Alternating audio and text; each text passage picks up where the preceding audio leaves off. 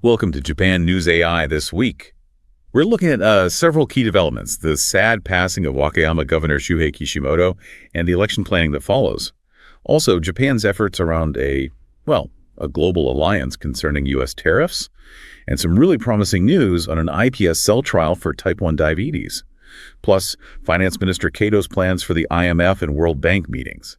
And finally, a look at who corporate Japan seems to favor over Shigeru Ishiba for Prime Minister. I'm Charles, here in Tokyo. And I'm Saori, also based in Tokyo. Let's get started. Okay, first up, the news about Wakayama Governor Shūhei Kishimoto. He passed away, unfortunately, on April 15th. Yes, at 68. It was due to septic shock, apparently. He was found unconscious the day before. Right. And he hadn't been governor for that long, had he, since December 2022. That's right. And it's actually quite rare. He's the first sitting governor to pass away while in office since 2018. So what happens now in Wakayama?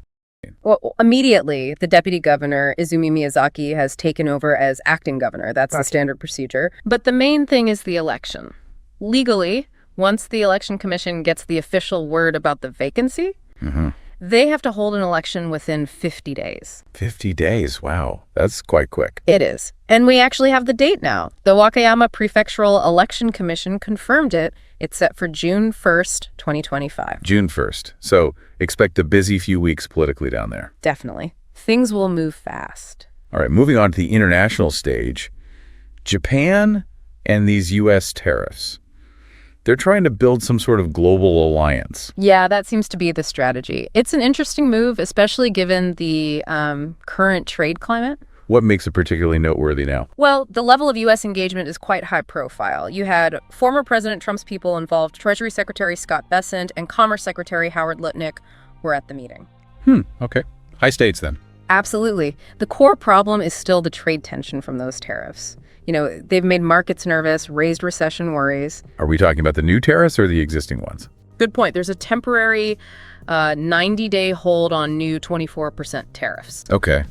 And this is key, the existing taxes, the 10 to 25% on cars, parts, steel, aluminum, those are still very much in place. Right. Those are the big ones for Japan, especially cars. Exactly. They remain a major sticking point, although Prime Minister Ishiba did describe the talks as constructive. Constructive. Always a diplomatic word. Doesn't mean anything.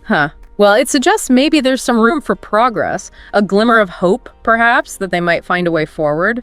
But it's cautious optimism at best, I'd say. Okay, keeping an eye on that one. Now, something quite different and potentially really positive. This iPS cell trial from Kyoto University Hospital. Yes. This was announced on April 14th. It's about type 1 diabetes. What exactly did they achieve? They successfully transplanted insulin-producing cells, which were created from iPS cells, induced pluripotent stem cells, into a patient. Right, iPS cells. Yeah. And the significance, if this works. If this therapy proves effective in the long run, it could be, revolutionary. It could potentially mean people with type 1 diabetes no longer need daily insulin injections. Wow. That would be absolutely life-changing for so many people. Huge. Just imagine the difference in quality of life. It's still early stages, clinical trial, but incredibly promising. Definitely something to watch. Okay, shifting focus again, finance.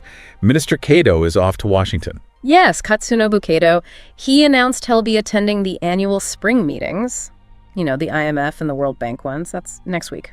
And what's his main goal there, beyond just attending the main sessions? He specifically mentioned wanting to hold bilateral talks.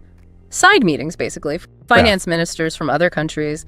Including the U.S., presumably. Crucially, yes, including the United States. Given everything we just talked about with trade and just the general global economic uncertainty, these face-to-face meetings are really important. A chance for Japan to, engage directly, push their points, find common ground. Makes sense. Okay, finally, let's touch on domestic politics and business sentiment. There was a Reuters poll. Yes, quite a striking one, actually. It suggested that over 90% of Japanese corporations are dissatisfied with Prime Minister Ishiba's current administration. Over 90%. That's a massive number. It really is. A very strong signal of discontent from the business world. Did the poll suggest who they would prefer? It did. And this is maybe the more interesting part. Around 30% of those surveyed corporations pointed to Sane Takaichi. The former economic security minister. That's the one. They saw her as the most suitable candidate for the next prime minister. Not a majority, but 30% favoring one specific alternative. That's significant. So, while Ishiba faces broad dissatisfaction, Takaichi seems to be consolidating a notable chunk of corporate support as a potential successor. Exactly. It suggests a potential direction, or at least a preference, within a very influential sector for where things might go politically. Definitely food for thought about the political winds and how they connect to the economy. Absolutely. Corporate sentiment like this, it often reflects deeper economic worries and, can sometimes influence political shifts down the road. Well, that's it for this week. Please like, subscribe, and leave a comment. We want to hear your opinion on today's topics. Take care and see you in the next take.